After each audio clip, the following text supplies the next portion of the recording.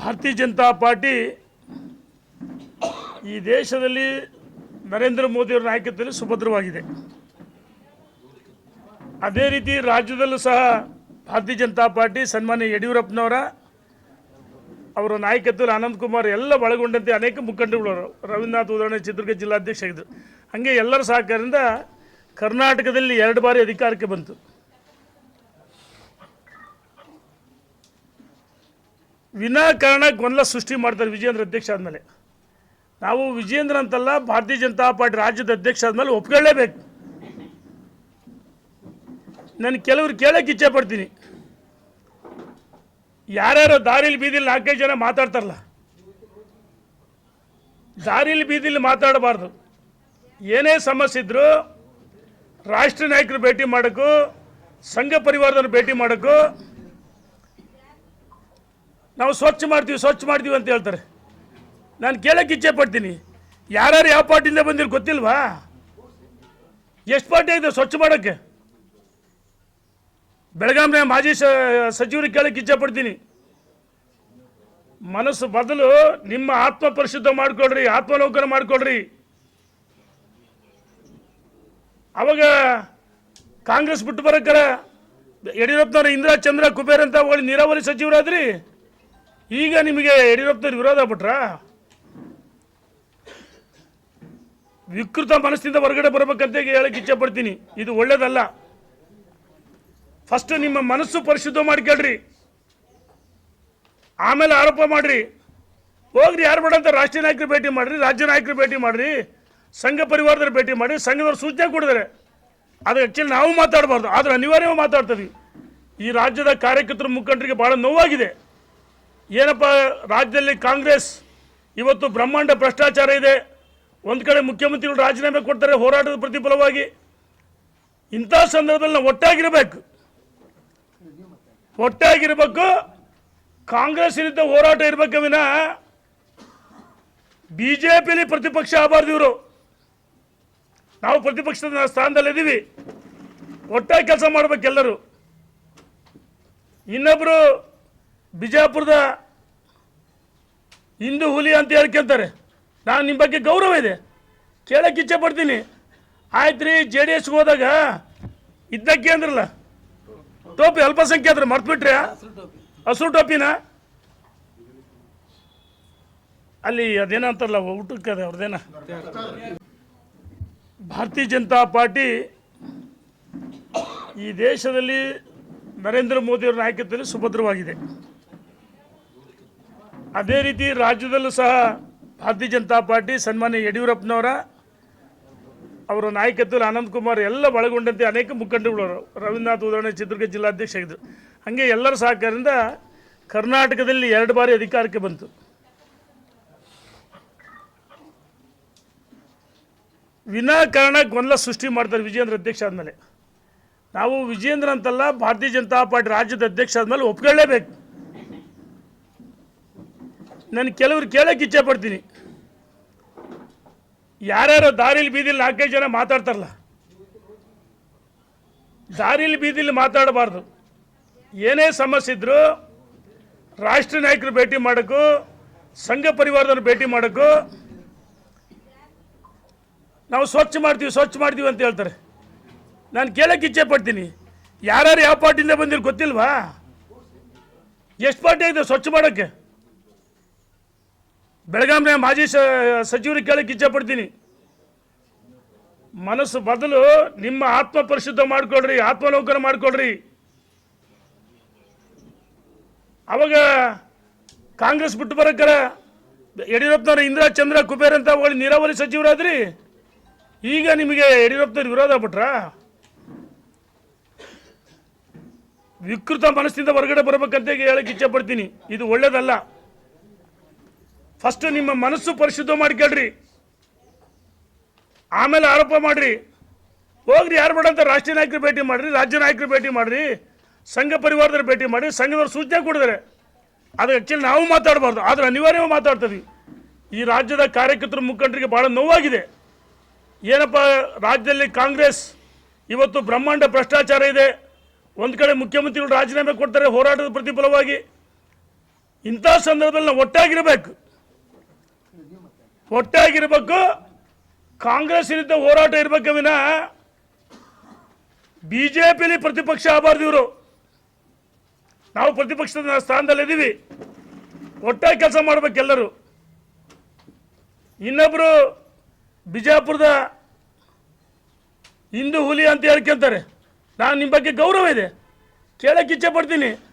ಆಯ್ತು ರೀ, JDS ಹೋದಾಗ ಇದ್ದಕ್ಕೆ ಅಂದ್ರಲ್ಲ ಟೋಪಿ ಅಲ್ಪಸಂಖ್ಯಾತರು ಮರ್ತ್ಬಿಟ್ರೆ ಹಸಿರು ಟೋಪಿನ ಅಲ್ಲಿ ಅದೇನಂತಾರಲ್ಲ ಊಟಕ್ಕೆ ಅದೇ ಅವ್ರದ್ದೇನ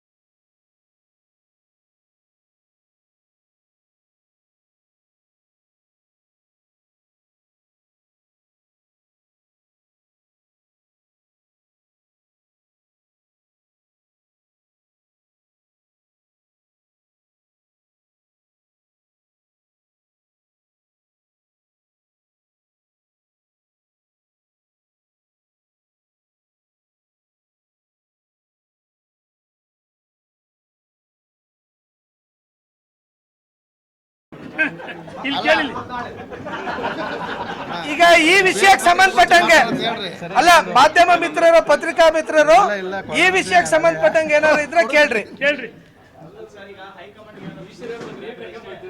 ಅಲ್ಲ, ಒಂದು ನಿಮಿಷ. ಈಶ್ವರಪ್ಪನವರು ದೊಡ್ಡವರು, ಅವ್ರ ಬಗ್ಗೆ ನಾವು ಚರ್ಚೆ ಮಾಡಲ್ಲ, ಬೇಡ. ವರಿಷ್ಠ ತೀರ್ಮಾನ ಮಾಡ್ತಾರೆ, ಅದ್ರ ಬೇಡ. ಒಟ್ಟಾರೆಯಾಗಿ ನೈತಿಕವಾಗಿ ವಿಜಯೇಂದ್ರ ಅವರ ಆತ್ಮಹತ್ಯೆ ಕುಗ್ಗಿಸ್ಬೇಕಾದ್ರೆ ಪ್ರಯತ್ನ ಮಾಡ್ತಾರೆ. ಕುಗ್ಗಲ್ಲ, ಬಗ್ಗಲ್ಲ, ನಾವೆಲ್ಲ ಜೊತೆಗಿರ್ತೀವಿ. ವರಿಷ್ಠರಿಗೆ 100ಕ್ಕೆ ದೂರು ಕೊಡ್ತೀವಿ, ಪರಿವಾರದಲ್ಲಿ ಗಮನಕ್ಕೂ ತಗೊಂಡ್ಬರ್ತೀವಿ. ಇವರು ಸಂಘಟನೆ ಮಾಡ್ತಾ ಇಲ್ಲ, ಸದಸ್ಯತ್ವ ಅಭಿಯಾನದಲ್ಲಿ ಪಾಲ್ಗೊಂಡಿಲ್ಲ. ಇವ್ರು ಯಾರು ಅದಾರಲ್ಲ, ಪಾದಯಾತ್ರೆ ಪಾಲ್ಗೊಂಡಿಲ್ಲ, BJP ವಿರುದ್ಧ ಅಪಪ್ರಚಾರ ಮಾಡ್ತಾರೆ. ಅದು ಬಿಟ್ಟರೆ ಏನಿಲ್ಲ. ಒಂದ್ ಅಜೆಂಡಾ ವಿಜಯೇಂದ್ರ ಇಳಿಸ್ಬೇಕಂತ ಇಳಿಸಕ್ಕೆ ಸಾಧ್ಯವೇ ಇಲ್ಲ. ಅಣ್ಣ, ಒಂದ್ ನಿಮಿಷ. ಯಾರು ದೂರು ಕೊಟ್ಟಿಲ್ಲ, ಇವರು ಹೇಳಿಕೆಂತಾರೆ. ಸೋತವರು ಯಾರು 2-3 ಸೋತರಲ್ಲ, ದಾವಣಗೆರೆ, ಚಿಕ್ಕೋಡಿ, ಸೊರಬ ಸೋತರು 3, ಮೈಸೂರು ಟಿಕೆಟ್ ವಂಚಿದ್ರು. ಅವ್ರು ಸ್ವಯಂ ಕೃತಾಪದಿಂದ ಮೈಸೂರವ್ರೆ ಓಡಿಸಿರೋರ್ನ ಗೋಬೇಕಂತ ಓಡಿಸಿರು. ಅಂಥವ್ರ ಸಭೆ, ಅದು ಭಿನ್ನಮತ ಸಭೆ. ಧನ್ಯವಾದಗಳು. ಮತ್ತೇನಾರು ಇದೆಯಾ ಪ್ರಶ್ನೆ? ಆಯ್ತು, ಅಲ್ಲ ಧನ್ಯವಾದ.